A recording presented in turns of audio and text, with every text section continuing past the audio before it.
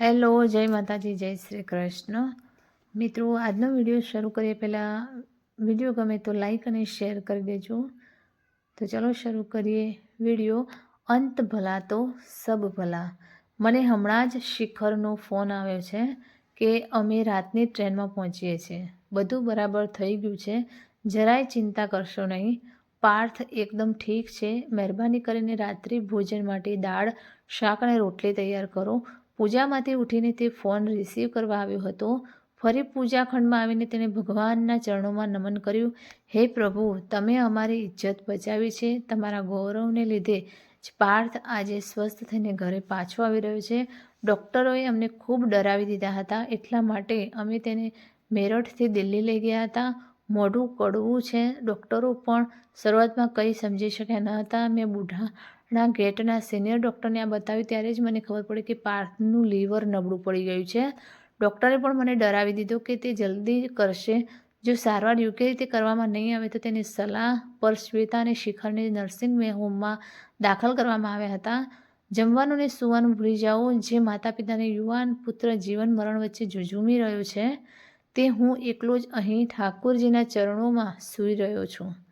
આ એક મહિનામાં ભૂતકાળની કેટલી યાદો વહેતી રહી કે ક્યારેય તોફાનો મારા મનને ગલી પછી કરતી, ક્યારેય પૂનમની તેના બીમાર પડવાની શંકા, તેની નોકરી, લગ્ન અને તેના પતિ સાથે વિદેશમાં સ્થાયી થવું, આ બધું શિખરની તેના પિતાના પગલે ચાલવાની અને ન્યાયાધીશ બનવાની ઈચ્છાઓ તેને એક સારો વકીલ બનાવ્યો.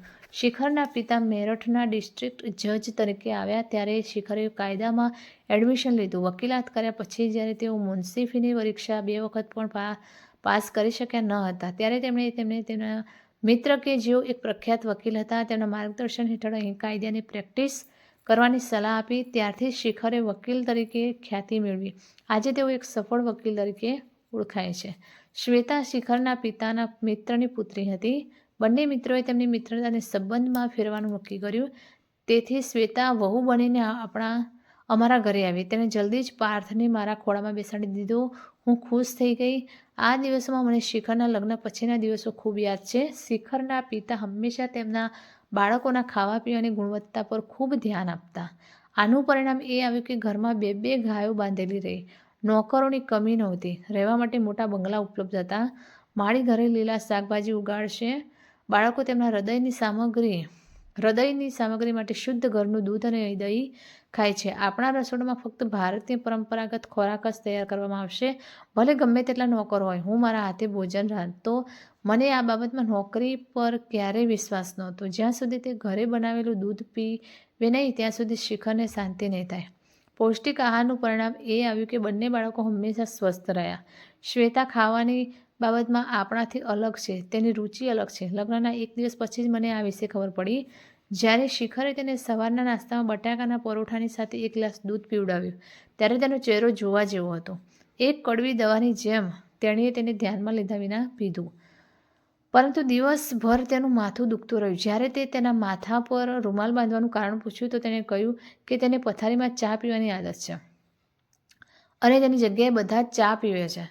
તે પછી તેની સાથે શિખરને પણ ચાની લત લાગી ગઈ. દૂધનું સ્થાન ચાએ ક્યારે લીધું અને છાશનું સ્થાન ઠંડા પીણાએ ક્યારે લીધું એ મને સમજાયું નહીં. ફ્રીજમાં ઠંડા પીણાની બોટલો ભરાવા લાગી. શ્વેતાએ ન તો દાળ રોટલી ગમતી કે ન તો દૂધ દહીં.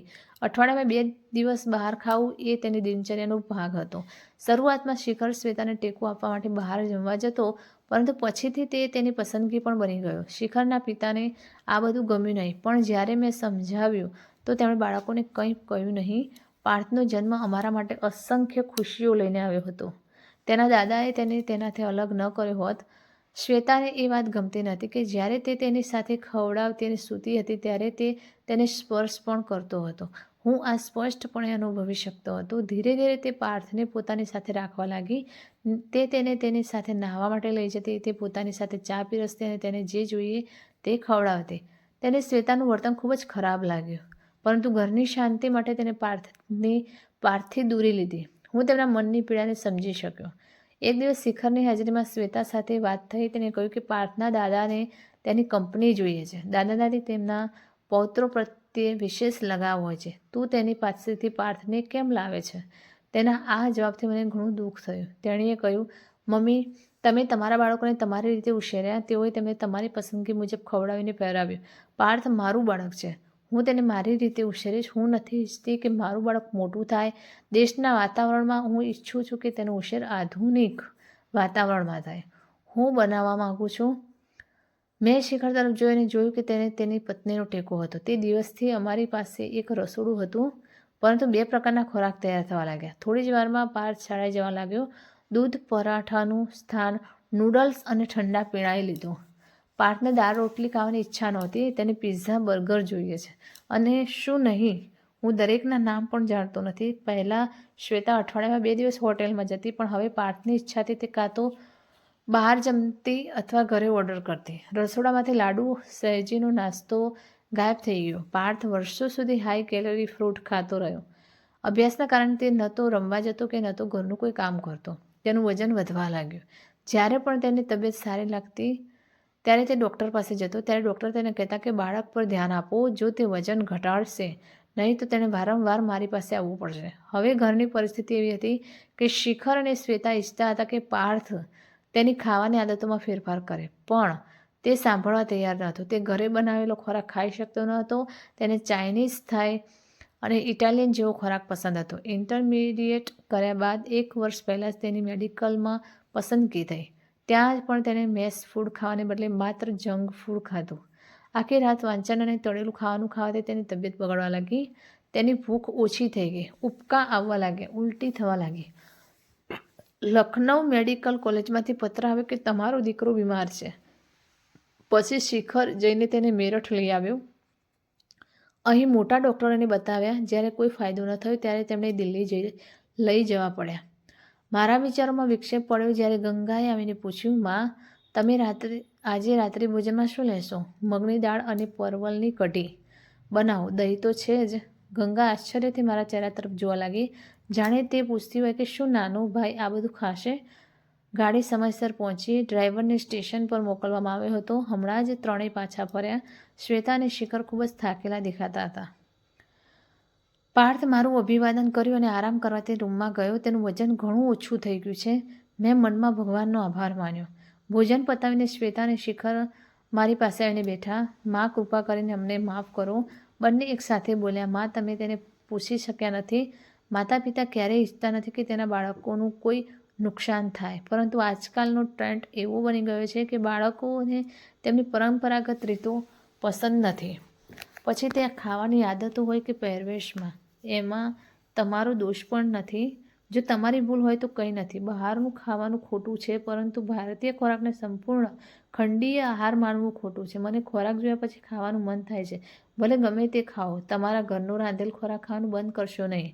અચાનક મને લાગ્યું કે મેં બાળકોને ઘણું બધું કહ્યું છે. મેં તરત જ વાતચીતનો દોર બદલ્યો અને કહ્યું, તેણે જે કહ્યું તે મેં પણ સ્વીકારી લીધું. All is well that ends વેલ.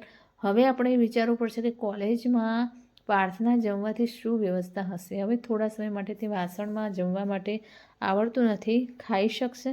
કોલેજમાં રહેવું જરૂરી છે. અભ્યાસમાંથી લાંબી રજા લેવી શક્ય નથી. માં, ચિંતા કરશો નહીં. મેં લખનૌના મારા મિત્ર રાજેશ સાથે વાત કરી છે. તે લખનૌમાં મેડિકલ કોલેજ પાસે રહે છે. જ્યાં સુધી પાર્થ મેસ ફૂડ ખાવા માટે યોગ્ય નહીં બને ત્યાં સુધી તે ડૉક્ટરની સૂચના મુજબ તેના ઘરે જ રહેશે. પણ રાજેશ પાર્થને પોતાના બાળકની જેમ સંભાળશે. ભગવાનની આ કૃપાથી મારા હાથ આપોઆપ જોડાવા લાગ્યા. પછી મેં જોયું કે પાર્થ પાછળ ઊભો હતો અને અમારી વાતચીત ધ્યાનથી સાંભળી રહ્યો હતો.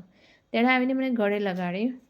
મારી આંખમાંથી પણ ખુશીના આંસુ વહેવા લાગ્યા. દાદીમા, જ્યારે મારો ત્યાગ સમાપ્ત થાય અને હું ઘરે બનાવેલો સાદો ખોરાક ખાવાનું શરૂ કરી દઉં, ત્યારે તમે મને તમારા પોતાના હાથે બનાવેલા ચણાના લોટના લાડુ અને મથરી ખવડાવી શકશો? હું તેનો ચહેરો જોતો રહ્યો. શું આ પાર્થ છે? મેં તેને ફરી એકવાર આલિંગન આપ્યું. મારી આંખો ખુશીના આંસુથી ચમકવા લાગી. તો મિત્રો, આ કહાની તમને કેવી લાગી તે કોમેન્ટ કરીને જરૂર જણાવશો. અને વિડીયો પસંદ આવ્યો હોય તો લાઈક અને શેર કરજો, તથા ચેનલ પર નવા હોય તો ચેનલને સબસ્ક્રાઈબ જરૂરથી કરજો.